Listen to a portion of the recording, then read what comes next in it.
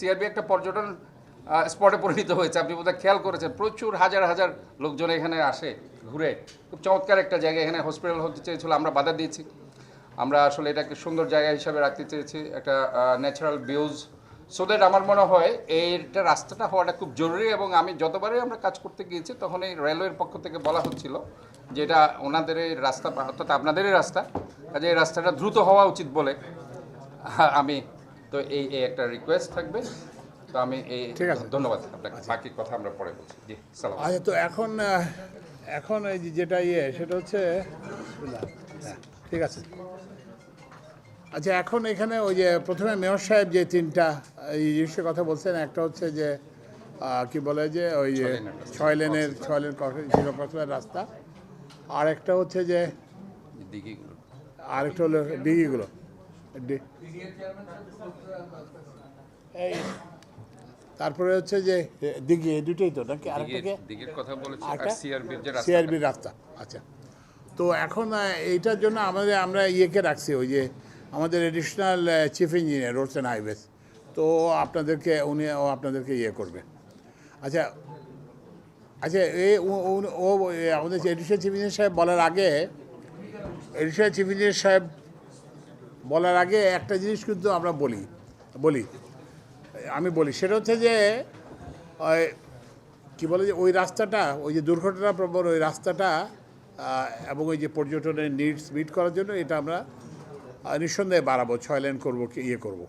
কিন্তু আপনাদের একটা জিনিস মনে রাখতে হবে যে এটা কিন্তু সময় সাপেক্ষ, কারণ ওই যে রাস্তা বাড়াতে হলে জমি অধিগ্রহণ করতে হবে, জমি অধিগ্রহণ করতে সময় লাগবে, এলএ কেস করতে হবে, তারপরে ক্ষতিপূরণ দিতে হবে, তারপরে পাবে। তো ওই জন্য আমরা ওর জন্য কাজ করব। আমাদের বিস্তারিত আমাদের অতিরিক্ত প্রধান প্রকৌশলী বলবেন। কিন্তু এর মধ্যে কিন্তু এখন এইটা ধরেন যদি 1 বছর লাগে কিংবা 2 বছর লাগে, এর মধ্যে কী করতে হবে? আমাদের যে প্রাণহানি হয় এটা তো বন্ধ করতে হবে। তো ওই জন্য আমি যখনই দুর্ঘটনা প্রথম হয় তখনই আমি চিফ ইঞ্জিনিয়ারকে নির্দেশ দিয়েছিলাম। তো তখন ওনারা ওখানে কতগুলো রোডে সাইন দিয়েছেন, তারপরে রাস্তাকে প্রশস্ত করছেন, কিছুটাই করছেন। কিন্তু এখানে একটা ওই যে যেটা, এবং ওই যে পুলিশের কেউ তো এখানে নাই, এখন আসে নাই না? আচ্ছা, তো এখন কিন্তু ওই যে যেটা বললাম যে এই যে সময় লাগবে 6 লেনে উন্নীত করতে, তো এই সময়টা আমরা কি করব? এই সময়টায় কিন্তু জনসচেতনতা বাড়াতে হবে। তো ওই জন্য ওখানে কিন্তু যারা করেন, মানববন্ধন করতেছেন, তারাও যদি এগুলোর দিকে একটু মনোযোগ দেন আর কি, যে ওখানে ওনারা যদি করেন, ক্যাম্পেইন করেন, তারপরে ড্রাইভারদের সঙ্গে যাতে করেন, তারপরে স্পিডে গাড়ি না চালায়, এবং আমাদের ওই যে পুলিশ বিভাগ যারা আছে, এটা একটা নির্দিষ্ট এলাকায় বারবার হচ্ছে, ওই এলাকাতে লবণ গাড়িতে নিয়ে যাচ্ছে, তারপরে ওখানে তো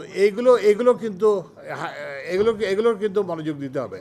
কারণ আমাদের তো যত তাড়াতাড়ি করি, আপনি যত কথাই বলেন 6 লেনের রাস্তা তো আর 2 বছরের আগে কিংবা 3 বছরের আগে হবে না।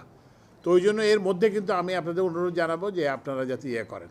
তো এখন এই বাকি 6 লেনের রাস্তার ব্যাপারে অতিরিক্ত প্রধান প্রকৌশলী বলবেন।